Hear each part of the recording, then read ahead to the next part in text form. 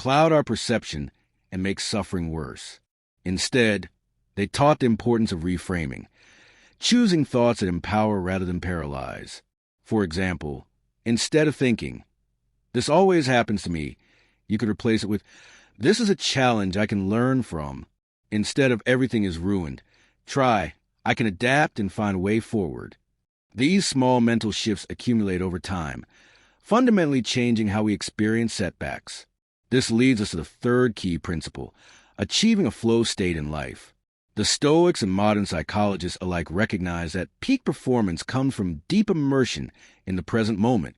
The ancient Stoics called it ataraxia, a state of inner tranquility where external chaos doesn't shake you. Today, we call it flow, a term popularized by psychologist Mihaly Csikszentmihalyi. It's the mental state where you're so engaged in an activity that time seems to disappear and your performance reaches its peak. How do you get there?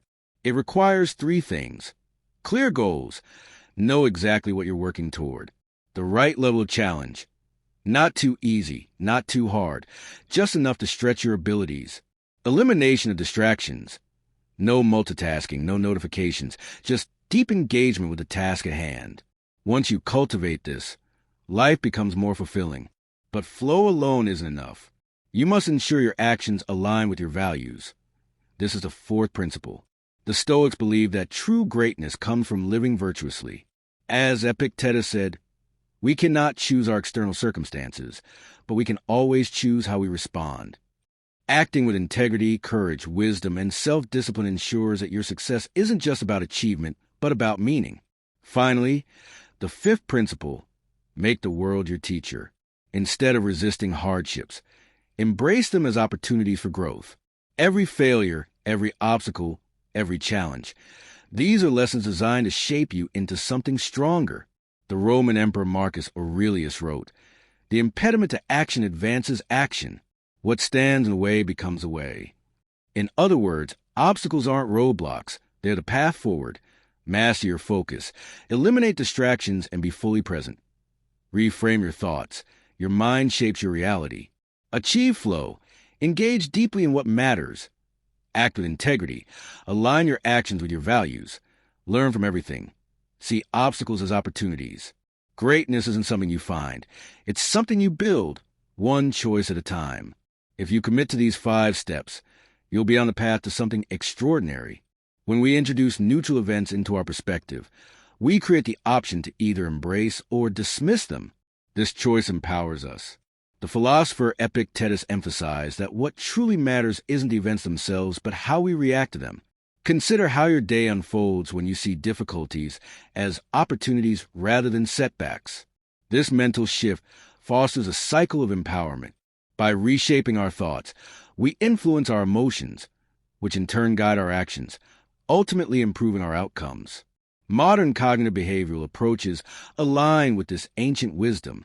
The Stoics understood that we are not bound by our automatic thoughts. We can challenge them and adopt more constructive interpretations. Doing so frees us from needless suffering and expands our potential. When we operate at our full potential, we enter a state of deep focus, often referred to as flow.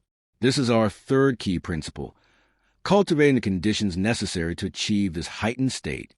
The Stoics recognize that true productivity arises from immersive and intentional engagement.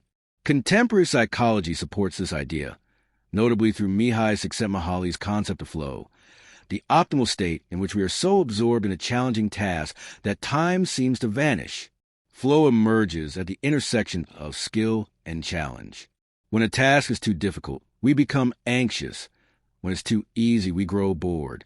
However, when we engage in something that pushes our abilities just enough without overwhelming us, we enter a state the Stoics would recognize as peak functioning. Seneca's wisdom about being fully present in the moment foreshadowed Csikszentmihalyi's research by centuries. Both recognize that divided attention weakens our ability to engage deeply. Modern studies confirm that flow states are linked to exceptional performance across disciplines, from sports to creative endeavors. The Stoic discipline of focusing only on what is within our control aligns with a core requirement for achieving flow: clear goals with immediate feedback. By reducing distractions and structuring our environment effectively, we make room for flow to naturally arise. Epictetus advised that every task should be approached as if it were our last, with undivided attention and full presence. This principle mirrors what researchers observe in those experiencing flow. Complete immersion in the process rather than fixation on the outcome. To experience more flow in your life, start by identifying activities where you lose track of time. Design your environment to minimize interruptions during these moments. Set clear objectives with measurable progress markers. Practice the Stoic method of premeditatio malorum, anticipating obstacles in advance, so you're prepared to navigate challenges before they arise. The Stoics understood that meaningful accomplishments stem not from scattered efforts, but from sustained mastery. Flow theory provides scientific support for this timeless idea. Our deepest fulfillment comes from fully engaging with meaningful challenges that push our limits. But where should we direct this focus? What principles should guide the energy we dedicate to these pursuits? That leads us to our fourth principle, living in alignment with your values. For the Stoics, true greatness wasn't measured by external success, but by how one lived their life. This is the essence of value-driven action. Choose and act in accordance with your highest principles regardless of external circumstances. What truly defines us is how we navigate adversity. As the writer Charles Bukowski once said, what matters most is how well you walk through the fire. External fortunes shift unpredictably, but character endures. When you let your values, not external pressures or fleeting impulses, guide your decisions, you create an unshakable foundation. At the heart of Stoic ethics are four key virtues: wisdom, courage, justice, and temperance. Wisdom is the ability to make sound decisions, recognizing what is within your control and focusing your energy accordingly. It is the practice of learning from every experience, especially failures, which the Stoics saw as invaluable teachers. Courage is a resolve to face difficulties without being ruled by fear. It doesn't mean being fearless, but rather choosing to act despite fear when principles demand it. As Seneca put it, sometimes even to live is an act of courage. This virtue enables resilience, honesty, and perseverance in the face of hardship. Justice extends beyond laws and regulations to treating others with fairness, dignity, and respect. By committing to these virtues, we cultivate a life of integrity, meaning, and resilience, one that allows us to thrive no matter what circumstances arise. We are all connected, and our actions ripple outward, affecting others. Marcus Aurelius understood this truth. What supports the whole benefits the individual. True justice means recognizing that our well-being is intertwined with those around us. Self-control is not about denial, nor is it about excess. It's about balance. It's about mastering your impulses rather than letting them control you. When you cultivate self-discipline, you create space between action and reaction, allowing wisdom to guide your choices. But good intentions alone won't lead to success. To achieve greatness, you must live your values, especially when it's hard.